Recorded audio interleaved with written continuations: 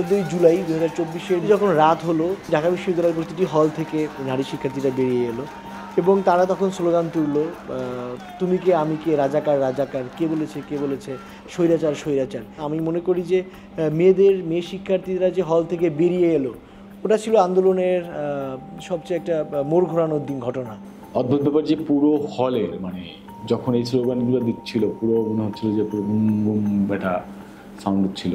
হ্যাঁ, তো রাত্রে 10টা কি 11টার দিকে যত ছেলেমেয়ে ছিল স্টুডেন্ট, ঢাকা ইউনিভার্সিটির যত ছেলেমেয়ে সবাই হচ্ছে স্টুডেন্ট বেরিয়ে আসে।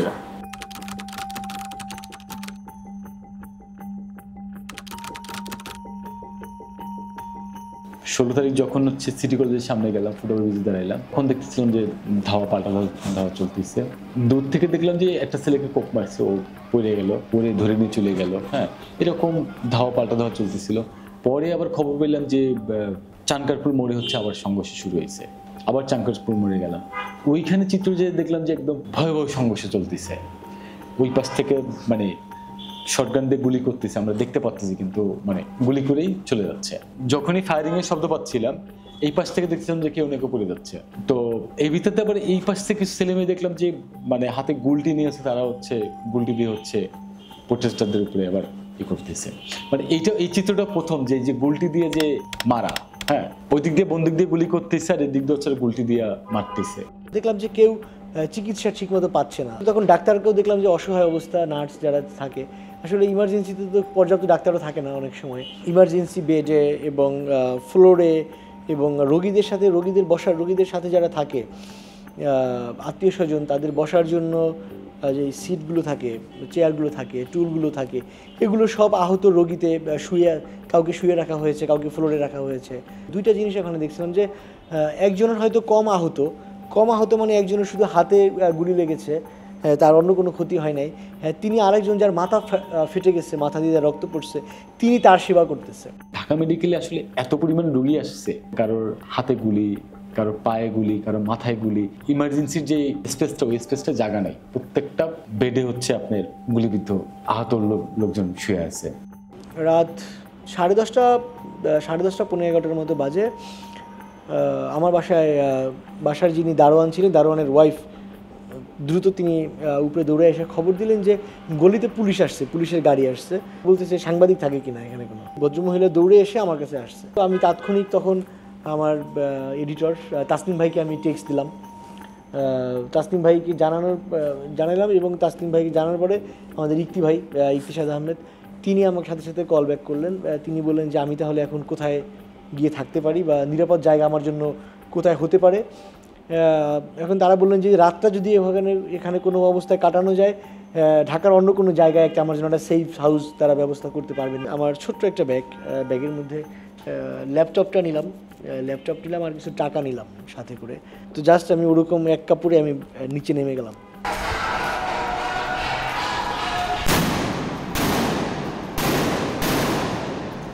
সেই সময় একইভাবে আমি নেতৃত্বকে সংবাদ পাঠানোর জন্য, যেহেতু আমার কোনো ইন্টারনেট সাপোর্ট ছিল না, সো মাঝে মাঝে তাসনিম ভাই আমাকে দিনে 2-3বার ফোন দিতেন, ফোনে শুনে তিনি লিখে নিতেন, আমি আপডেটগুলো তাকে দিতাম এইভাবে। আর বাকি সময়ে আমি নর্মাল টেক্সট লিখে তাকে পাঠাইতাম। তাসনিম বললো যে আপনি শফিক ভাইয়ের সাথে যোগাযোগ করবেন, শফিক ভাই আপনাকে ছবি পাঠানোর ব্যবস্থা করবে। এই কথা বলতেই তার ফোন কেটে, মানে কথাগুলো খুবই মানে কেটে আসতেছিল।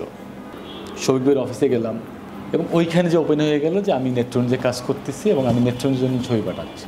নেট্রোনিজের সাথে আমি যে ছবিগুলো পাঠাইছিলাম, এই 3 দিনের ছবি আছে এবং ঢাকা মেডিকেলের কিছু ছবি আছে, সব সহকারে একটা স্টোরি পাবলিশ করে দিল এবং ওই স্টোরি মানে ফেসবুকে ব্যাপক শেয়ার হচ্ছে।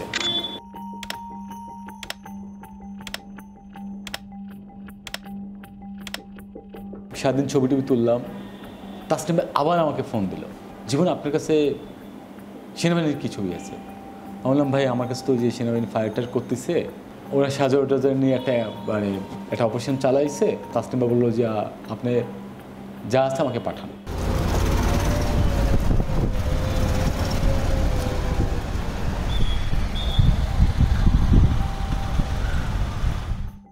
আন্দোলনটা তো চলমান এবং এটা দিয়ে মানে আমরা তো অলমোস্ট প্রায় 17-18 দিন ধরে আমরা কভার করতেছি।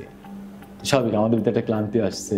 10 থেকে 12 জন সাংবাদিক হচ্ছে, আমরা হাতির ঝিলের যে ফুটপাথটা আছে মুখে ওইখানটা হচ্ছে বসে রয়েছি।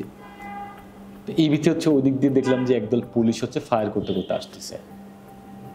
তো আমি ভাবছিলাম যে আমাদের দিকে ফায়ার করবে না, ওইটা মানে ফায়ার করবে না বলেই আমি ছবি তুলতেছি, কন্টিনিউয়াস আমি ক্লিক করে যাচ্ছি। তা আমি দেখলাম যে মানে যখন আমার কাছাকাছি আসছে তখন আমি বুঝলাম যে ওকে আমাদের দিকে ফায়ার করতে পারে। তো আমি যখন হাত উঁচা করে বলতেছি ভাই আমরা সাংবাদিক, এখানে সবাই সাংবাদিক, তো এই কথা বলতে বলতেই সে হচ্ছে ফায়ার করে দিয়েছে আমাদের উপরে। তো ফায়ার করে দেওয়ার পর এখানে আমরা 2-3 সাংবাদিক কিছু পড়ে যাওয়ার পরে মোটামুটি যেহেতু পুলিশ ফায়ার করতেছে আমরা ওইখান থেকে উইটা দৌড় দিয়ে হচ্ছে আমরা মানে হাতিরঝিল ব্রিজের ওইখানটায় চলে যাই। তার ভিতরে হচ্ছে সিএনজি কল করে এক সহকর্মী সিএনজি ডাক দেয়। তো সিএনজি নিয়ে যখন হচ্ছে আমি প্রথমে মগবাজারটা হসপিটালে গেছিলাম, তো মগবাজার হচ্ছে আমাকে ফিরিয়ে দিল যে না এই ট্রিটমেন্ট এখানে করা যাবে না যেহেতু আপনি গুলিবিদ্ধ। ওইখান থেকে আমাকে ফিরিয়ে দিয়া বললো আপনি ঢাকা মেডিকেলে গেলে আপনাকে এটার প্রপার ট্রিটমেন্ট দেওয়া যাবে। আমি গুলি খাওয়ার প্রায় 1 সপ্তাহ পরে হচ্ছে তাসনিম ভাই জানতে পারে। তাও আমি তারে ভুল করে বলি যে আমার শরীর খারাপ। মানুষ আমাকে জিজ্ঞেস করছে কী হয়েছে, আমি বললাম যে এরকম। আপনি আমাকে জানাবেন না, সে তো পুরো হাইপার হয়ে গেছে, আপনি আমাকে জানান না এত বড় ঘটনা, হ্যাঁ এই সেই। আমি ডাক্তারের সাথে পরামর্শ করছিলাম, তো ডাক্তারকে আমি জিজ্ঞেস করছিলাম যে আমি যদি সার্জারি করে আমার কতদিন লাগতে পারে। তো সে আমাকে বলছে যে অ্যাটলিস্ট 1 মাস আপনাকে বেড রেস্টে থাকতে হবে। তো ব্যাপারটা হচ্ছে যে আমি যদি তখন সার্জারি করাইতাম তো তখন আমি হয়তো এই ছবিগুলো পাইতাম না। আমি আসলে এই আন্দোলনটা আসলে শেষ হয় কোথায়, শেষটা আমি দেখতে চাইছিলাম। ফাইনালি হসপিটালে অ্যাডমিট হই, 1 মাসের মতো হচ্ছে আমার 2টা সার্জারি হয়। ফার্মাসিটি যাওয়ার পর দেখলাম যে 25 থেকে 30 জন পুলিশ হচ্ছে দাঁড়ায় আছে। এক অফিসার আমাকে বললো আপনি এখানে যেতে পারবেন না। তাহলে আমি কেন যেতে পারবো না, বললো এখানে স্টুডেন্টরা গুলি করতেছে আপনি যেতে পারবেন না। পুলিশের তো আমার খুব কথা কাটাকাটি হচ্ছিলো, কারণ সে আমাকে বাধা দিচ্ছিল ছবি তোলার জন্য। তো কথা কাটাকাটির ভিতরে আমি দেখতেছিলাম যে আমার সামনে থেকে একটা রিক্সাকে আলরাজির সামনে থেকে নিয়ে আসতেছে। তো রিক্সা যখন ওই পুলিশের ভিড়তে যখন দাঁড়াইছে একটু গ্যাপ হয়েছে তখন দেখতে পাচ্ছিলাম যে 2 হাত পা ধরে একটা সিলেক্ট করছে নিয়ে আসতেছে। নিয়ে এসে রিক্সা করে ফেলাইলো, স্যান্ডো গেঞ্জি রক্তে ভিজে গেছে, মানে লাল হয়ে আছে। তো আমি যখন ছবি তুলছিলাম তখন ওই দিক দিয়ে হচ্ছে আমাকে নিষেধ করছে এই ও ছবি তুলে, হ্যাঁ।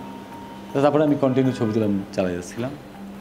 ফাইনালি যখন ওকে নিয়ে যাচ্ছে তখন আমি মানে ও তো পাদের উপরে শুয়ে আছে, আবিষ্কার করলাম যে ওকে ওর মাথায় হচ্ছে পতাকা বাঁধা, মানে তাহলে স্টুডেন্ট এবং আন্দোলনের মধ্যেই ছিল সে।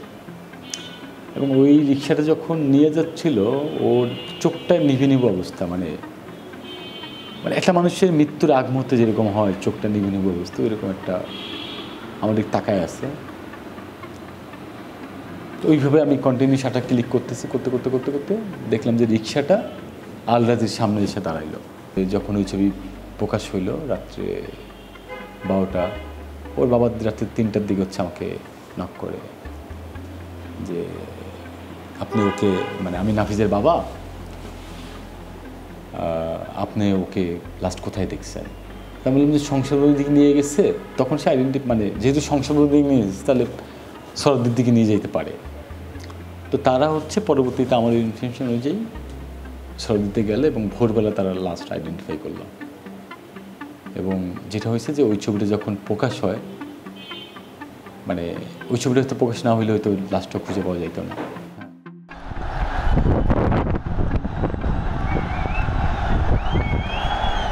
মানে মানুষ, শুধু মানুষ, ঢাকা শহর তখন একদমই স্লোগানের নগরী হয়ে গেল। এবং সেখান থেকে প্রথম খবর এলো যে আবার ওখানে যাওয়ার আবার ফোন আসলো যে হাসিনা দেশ ছেড়ে চলে যাচ্ছে। এই খবরটা আবার ওই মিছিলের মধ্যে এলো এবং মাইকে সেটা বলা হলো। মাইকটা তখন ছিল এখন যে এনসিপির যুব উইংয়ের নেতা তরিকুল ইসলাম, ঠিক আছে, তরিকুলের কাছে ছিল।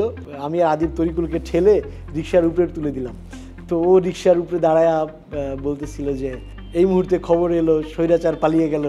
11টা 12টার দিক যখন খবর পাইলাম যে শেখ হাসিনা চলে গেছে তখন আসলে আমার শরীর ছেড়ে দিয়েছে।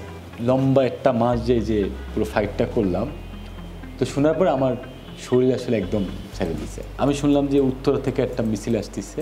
তেজগাঁ ফ্লাইওভারের উপরে দাঁড়াইছি, ফুটওভার ব্রিজের উপরে দাঁড়াইছি, দেখলাম যে শত শত রিক্সা হচ্ছে আপনার রিক্সা মিছিল আসতেছে এবং মিছিলের কোনো শেষ নাই। তা আমি যখন গণভবনের দিক যাচ্ছি, মানে গণভবনের কাছাকাছি যে সন্ধ্যা হবে ওই অবস্থায়, তো তখন আমার কাছে মনে হয়েছে যে আমার আর শক্তি নেই যে আমি গণভবনের ভিতরে ঢুকবো। তার ভিতরে হচ্ছে আমি গুলিবিদ্ধ অবস্থায় ছিলাম। সামনে যেই আমার দেশের ক্ষমতায় আসুক, আমি প্রথমে আমার ভোটাধিকার চাই। আর যারা যারা শহীদ হয়েছে তাদেরকে তো আর আমরা ফিরে পাবো না, কিন্তু এর বিচার আন্তর্জাতিক আদালতে হওয়া উচিত আমার মনে হয়। আন্তর্জাতিক আদালতে তার বিচার আমি আশা করি। আর ওনার পালায় যাওয়ার বিষয়টা আমার শুধু একটা জিনিসই মাথায় আসছে, যে ওনার একটা কথা খুব প্রচলিত, শেখ হাসিনা পালায় না। আমরা দেখলাম শেখ হাসিনাও পালায় এবং স্বৈরাচারের পতন নিশ্চিত।